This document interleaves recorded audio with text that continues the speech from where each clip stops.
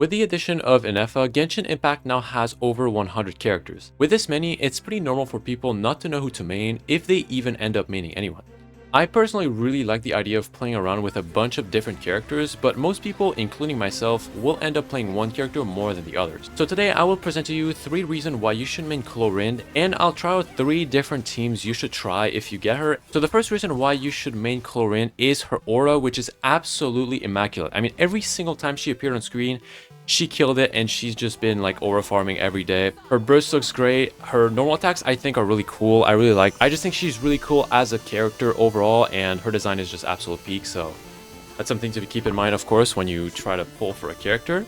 Secondly, we have her damage. Although it is severely lower at C0 than it is at C6, which is what I'm used to, Clorinde's damage is still pretty good, and I think her pretty decent AoE can make up for some lower numbers, I guess, in some scenarios with a lot of enemies. And since Clorinde is Electro and is a normal attacker, a lot of times in your team you're going to have characters that are going to be pretty decent at dealing single target damage, such as like Qingqiu or like, what's her name, Yalan, which can obviously help a lot in scenarios where you are against only one big enemy. Thirdly and finally, we have her flexibility. I mean, just in this video, we're going to look at 3 different teams, but I'm sure there's like other teams that you could use. It's just like, it's not really the type of teams that I've tried yet, or just like I haven't seen at all.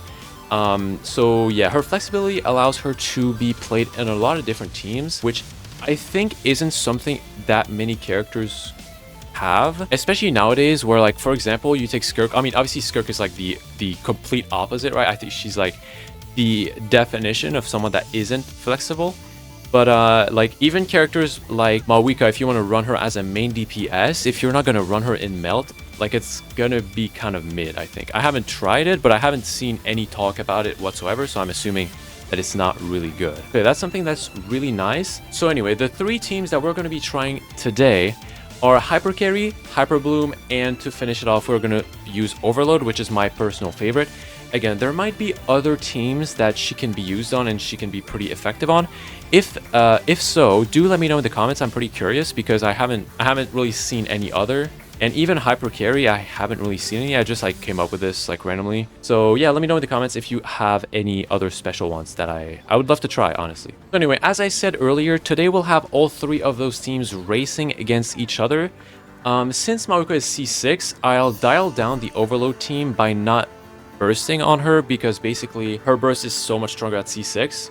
And so that's why I'm just not going to use it. And like the other teams only have C0 5-star characters, so I don't like, it would be really unfair to use my burst on Mawika. So over the course of this race, we'll fight 3 different enemies with each team. Firstly, they all go against the experimental field generator, which is basically the boss that makes you jump really high in Fontaine.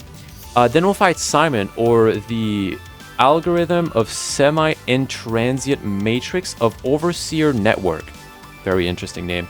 And then we'll finish it up with a fight against the dragon boss from Natlan, which is pretty hard.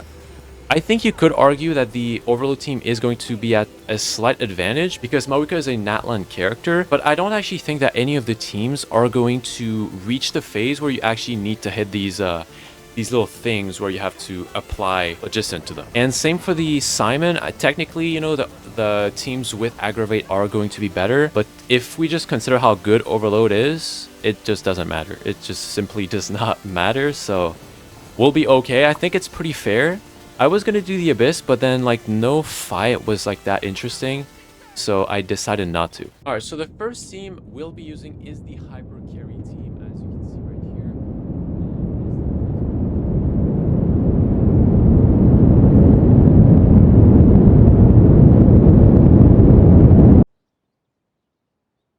Once again, I make a mistake and I lose all my footage.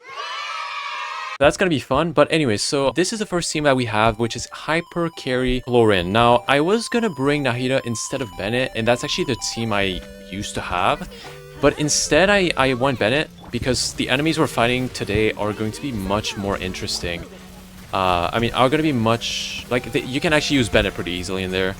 Usually, Bennett, I feel like, isn't good with Clorinde, because Clorinde moves around a lot, and I mean obviously Bennett's buff is very stationary, but since we like the bosses we're going to be fighting are not going to move like crazy, we can just like bring Bennett, and it's going to be completely fine. One thing I want to mention, I will not be regenerating my burst unless it's like at the start, basically like for the first fight.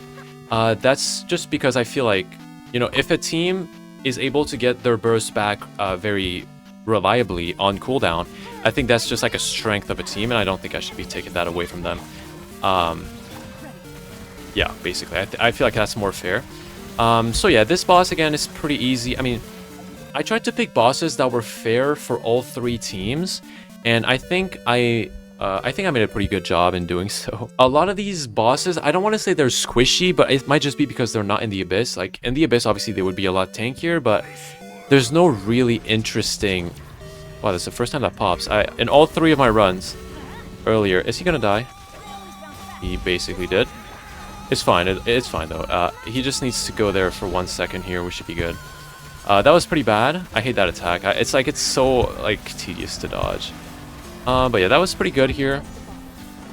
I think we should be able to do it basically in this rotation right here, which is obviously pretty nice. I mean, this team isn't bad. I like this team a lot. It's just like, it's really reliant on Clorinde. You know what I mean? Like, if your Clorinde isn't C6, like, I don't think this team really works at all, honestly, especially compared to the other ones. Speaking of not being C6, we have probably, I think, the best team at C0. I haven't checked, like, if the Overload team is better. It might be, but this team is probably pretty close behind it because, obviously, I mean, Hyperbloom is really broken, right? So, that's the reason why this team is pretty good. And I feel like it kind of loses its, like... I don't want to say its strength, but like it loses a little bit of its I don't know how to explain it. It's just like its power isn't as noticeable, I guess, when it's at C6, because obviously most of your damage is going to be coming from Clorinde and not from Hyperblooms. Like, Hyperblooms here are really literally just a tiny little bonus that we're pretty happy about. So yeah, I mean, okay, so far no team actually struggle with energy, which is pretty nice. I mean, obviously I usually have a lot of Favonius in my teams. I just love Favonius so much. But like, it's still good to just have like your burst off cooldown like this. It's really good. It's really good. Okay, so this shouldn't be too bad. I mean, this is probably the boss where they have the best matchup against, obviously, because like this boss is its whole mechanic revolves around getting what's it called? It's aggravated or something. It's aggravated or the other one. I don't really know. I don't really know the names too well. Anyway, so far I think this team is pretty slow. The reason I like this team a lot is because of Chincho, I'm gonna be honest. Oh, let's dodge. Alright. Yeah, Chincho is in my opinion, is like one of the most fun characters in the game. I just really love him. He feels so crisp to play. Every time I play him, I just feel like he just feels really good to play, right?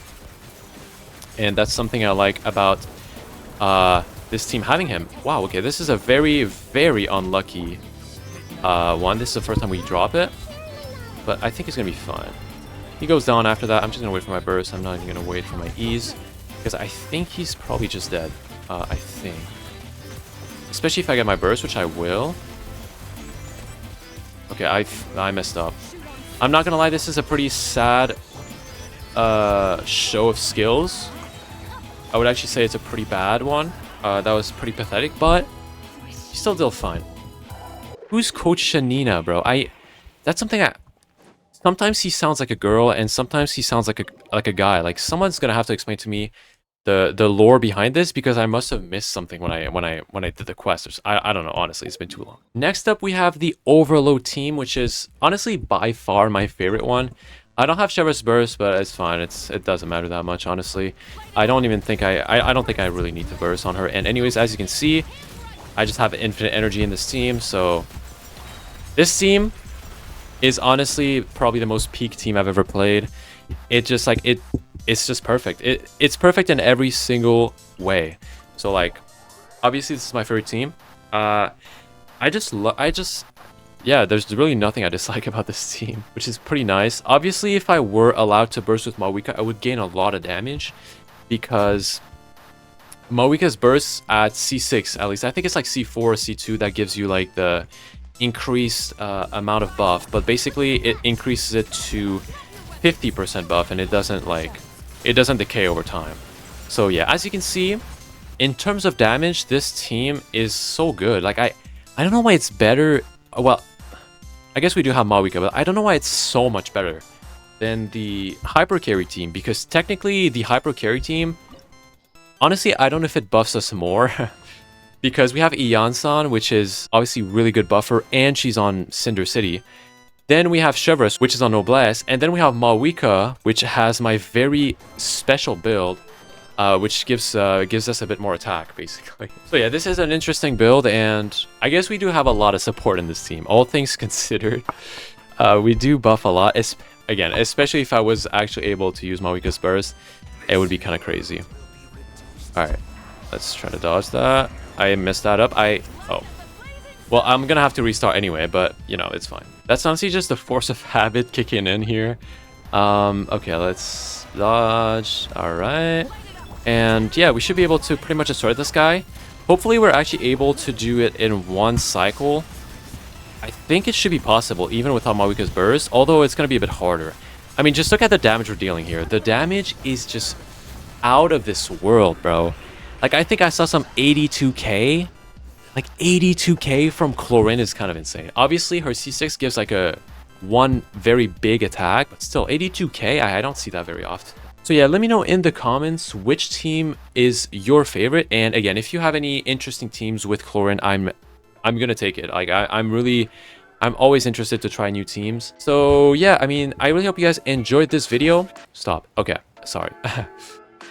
So yeah, I really hope you guys enjoyed this video. If you did, do consider leaving a like and subscribing. And I mean, I'll see you guys in the next one.